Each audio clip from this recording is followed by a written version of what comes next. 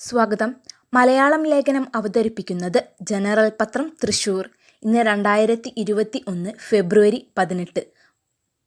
ലേഖനം തയ്യാറാക്കിയത് ബേബി മൂക്കൻ.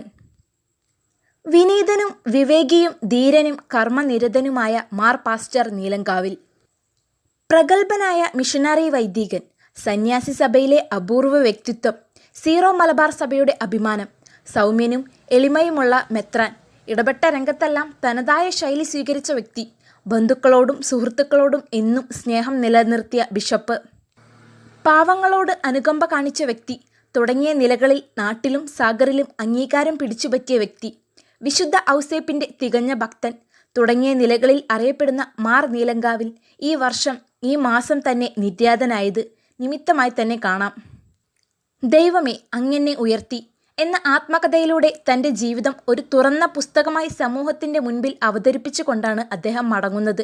55 വർഷം കൃത്യമായി ഡയറി എഴുതിയിരുന്ന അദ്ദേഹത്തിൻ്റെ ഗ്രന്ഥം ആധികാരവും കൂടിയാണ്. 34 അധ്യായങ്ങളും 300 ശീർഷകങ്ങളും 9 അനുബന്ധ കത്തുകളും ഉൾപ്പെടെ 400 പേജുകളുള്ളതാണ് ഈ ഗ്രന്ഥം.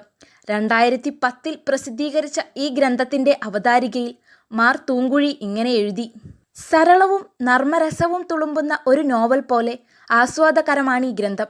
എൻ്റെ മനസ്സാക്ഷിയുടെ സമാധാനത്തിന് എന്ന ശീർഷകത്തിൽ തുറന്നെഴുതിയ സാഗറിലെ അനുഭവങ്ങൾ ആത്മാർത്ഥതയുടെ ഉദാഹരണമാണ്. വിശുദ്ധ ഔസേപ്പ് പിതാവിനോട് പ്രാർത്ഥിച്ചിട്ട് ഒന്നും ലഭിക്കാതെ പോയിട്ടില്ലെന്ന് അദ്ദേഹം സാക്ഷ്യപ്പെടുത്തുന്നു. ദൈവത്താൽ ഉയർത്തപ്പെട്ടവൻ തൻ്റെ ആത്മകഥയിലൂടെ മനുഷ്യരെ ദൈവത്തിലേക്ക് ഉയർത്താൻ ഇടവരട്ടെ എന്ന് ആശംസിച്ചു കൊണ്ടാണ് അദ്ദേഹം ഉപസംഹരിച്ചത്. 1960 മെയ് 18 എൽത്തുരുത്തിൽ പ്രഥമ ദിവ്യബലി അർപ്പിച്ചതിനു ശേഷം മറ്റു സഹനവവൈദികർ ഓരോരുത്തരെക്കുറിച്ചും എഴുതിക്കൊടുത്ത അഭിപ്രായങ്ങൾ സ്മരണീയമാണ്. ഉള്ള അറിവ് വിനീതമായി പ്രകടിപ്പിക്കുന്നത് കൊണ്ട് മറ്റുള്ളവർക്ക് സ്വീകാര്യനാണ്. ലീഡറാകാൻ പറ്റിയ ഗുണങ്ങളുണ്ട്. സമൂഹജീവിതം സന്തോഷകരമാക്കുന്ന ടെക്നിക് കയ്യിലുണ്ട്. തൃശൂർ ദേവമാതാ പ്രൊവിൻസിൽ നിന്നും റോമിൽ പഠനത്തിന് ആദ്യമായി പോകുന്ന അപൂർവം വൈദികരിൽ ഒരാളായ അദ്ദേഹം പോകുമ്പോൾ തന്നെ മാമോദിസ മുക്കിയ ദൈവദാസൻ തച്ചുപറമ്പിലച്ഛനെ ചേലക്കരയിൽ പോയി കണ്ട് അനുഗ്രഹം വാങ്ങി. അദ്ദേഹവും ദേവമാതാ ആശ്രമത്തിലെ സീനിയർ വൈദികനായ അത്തനാസിയൂസ് അച്ഛൻ റോമിൽ പഠനത്തിന് പോകുമ്പോഴും അന്നു തന്നെ മെത്രാനാകുമെന്ന് പ്രവചിച്ചിരുന്നു. 1963 ആഗസ്റ്റ് 15 ബോംബെയിൽ നിന്ന് 10 ദിവസത്തെ കപ്പൽ യാത്രയ്ക്ക് ശേഷമാണ് റോമിലെത്തിയത്. സോഷ്യോളജിയിൽ ഡിപ്ലോമയും കാനൻ ലോയിൽ ഡോക്ടറേറ്റും നേടി. 5ഓളം വിദേശ ഭാഷകൾ പഠിക്കാനും ഇക്കാലത്ത് അവസരമുണ്ടായി. റോമിലായിരുന്നപ്പോൾ പിതാവും നാട്ടിൽ വന്ന് താമസിയാതെ മാതാവും മരിച്ചു. ജീവിതത്തിൽ വലിയ അനാഥത്വം ഉണ്ടാക്കിയ അവസരമായിരുന്നു അത്. അത്രമേൽ ആത്മബന്ധമായിരുന്നു അവരുമായിട്ടുണ്ടായിരുന്നത്. അപൂർവ സംരംഭങ്ങളുടെ ആരംഭകൻ. തൃശൂരിൽ നവവൈദികന് ആദ്യമായി രൂപത സോഷ്യൽ ആക്ഷൻ്റെ അസിസ്റ്റന്റ് ഡയറക്ടറായി നിയമനം ലഭിച്ചു. ഇക്കാലത്ത് വിയ്യൂർ ജയിലിൽ ചാപ്ലിനായി തടവുകാർക്ക് ധ്യാനം നടത്തി. സമാപനത്തിൻ്റെ കുരിശിൻ്റെ വഴിക്ക് ഉപയോഗിച്ച കുരിശുകൾ അവർ തന്നെയാണ് നിർമ്മിച്ചത്. ഇന്നത്തെ ഭക്ഷണ സാധനങ്ങൾ ഉണ്ടാക്കുന്നതിൻ്റെ പ്രാരംഭമായി ഇത് കണക്കാക്കാം. സഹകരണ സംഘം ട്രെയിനിങ് വിദ്യാർത്ഥിയായി ഏതാനും മാസം മുണ്ടശ്ശേരിയുടെ ശിഷ്യനാകാനും അവസരമുണ്ടായി. 1972 ആദ്യമായി ദേവമാതാ പ്രവിശ്യ ബുള്ളറ്റിൻ ആരംഭിക്കുന്നതും ലൈബ്രറി നവീകരണം നടത്തുന്നതും 1975 ജനതകളുടെ വിമോചനമെന്ന പ്രദർശനം പൂരപ്പറമ്പിൽ സംഘടിപ്പിച്ചതും അദ്ദേഹത്തിൻ്റെ നേതൃത്വത്തിലാണ്. സാഗർ രൂപതയിൽ കേരളത്തിലെ CMI സഭയിൽ വിവിധ ഉത്തരവാദപ്പെട്ട സ്ഥാനങ്ങൾ വഹിച്ചതിനു ശേഷമാണ് സാഗർ മിഷനിൽ എത്തുന്നത്. തുടർന്ന് ബിഷപ്പ് ക്ലെമൻസ് തോട്ടുങ്കലിൻ്റെ പിൻഗാമിയായി സ്ഥാനമേറ്റു. സാഗർ രൂപതയെ സന്യാസി സഭയുടെ ഒരു കേന്ദ്രമായി കാണാതെ സീറോ മലബാർ സഭയുടെ ഒരു രൂപതയായി വളർത്താനാണ് അദ്ദേഹം ശ്രമിച്ചത്. ഇതിൻ്റെ പേരിൽ രൂപതയിലും നാട്ടിലും സന്യാസി സഭാ വൈദികരുടെ ഇടയിൽ വലിയ തർക്കങ്ങളും വിവാദങ്ങളും ഉണ്ടായി.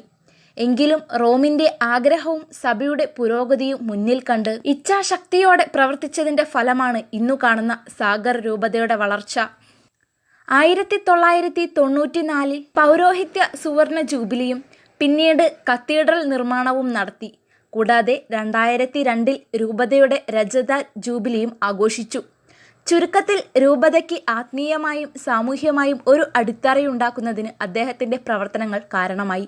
6/2/2006 പുതിയ മെത്രാനായി മാർ ആന്റണി ചിറിയത്തിൻ്റെ പ്രഖ്യാപനവും തുടർന്ന് സ്ഥാനാരോഹണവും നടത്തിയതിനു ശേഷം താമസിയാതെ തൃശ്ശൂരിലെ വിശ്രമ കേന്ദ്രത്തിലേക്ക് മടങ്ങി.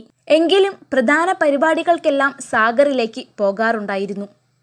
തൃശ്ശൂരിൽ എൽത്തുരുത്ത് ബോർഡിങ്ങിൽ കൂടെ പഠിച്ചിരുന്ന ഒല്ലൂരിലെ സുഹൃത്തിൻ്റെ ഷഷ്ടിപൂർത്തിയോടനുബന്ധിച്ച് ഒല്ലൂരിൽ വന്നപ്പോഴാണ് ഞാൻ ആദ്യമായി കണ്ടതും പരിചയപ്പെട്ടതും.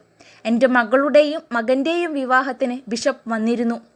ഒല്ലൂർ പള്ളിയിലും വിവിധ സംഘടനകളുടെ ജൂബിലി, വാർഷികം, സീനിയേഴ്സ് ഡേ തുടങ്ങിയ പരിപാടികളിലും പങ്കെടുത്തു. ഒല്ലൂർ പള്ളിമുറ്റത്ത് CLC നിർമ്മിച്ച ശതാബ്ദി സ്മാരകമായ സ്റ്റേജ് ഗ്രോട്ടോ എന്നിവ ആശീർവദിച്ചത് അദ്ദേഹമായിരുന്നു. കുറ്റൂർ യേശുഭവനിൽ വിശ്രമ ജീവിതത്തിലായിരുന്നപ്പോൾ തൃശ്ശൂർ ഇരിങ്ങാലക്കുട രൂപത അതിർത്തിയിൽപ്പെട്ട ബന്ധുക്കൾ, സുഹൃത്തുക്കൾ എന്നിവരുമായി ബന്ധപ്പെട്ട് വർഷം തോറും നൂറുകണക്കിന് വിവാഹങ്ങൾ ആശീർവദിക്കാനും മൃതസംസ്കാരങ്ങൾ നടത്തുന്നതിനും പോയതിനു പുറമെ ഇടവക രൂപതാ തലങ്ങളുടെ സാമൂഹ്യ സംഘടനാ രംഗങ്ങളിലും വിവിധ സമ്മേളനങ്ങളിലും പങ്കെടുക്കാൻ ഒരു വർഷം മുമ്പ് വരെ എത്തിയിരുന്നു. പല സന്ദർഭങ്ങളിലും വളരെ ഒരുങ്ങി വന്ന് കനപ്പെട്ട സന്ദേശങ്ങളും നൽകാറുണ്ട്.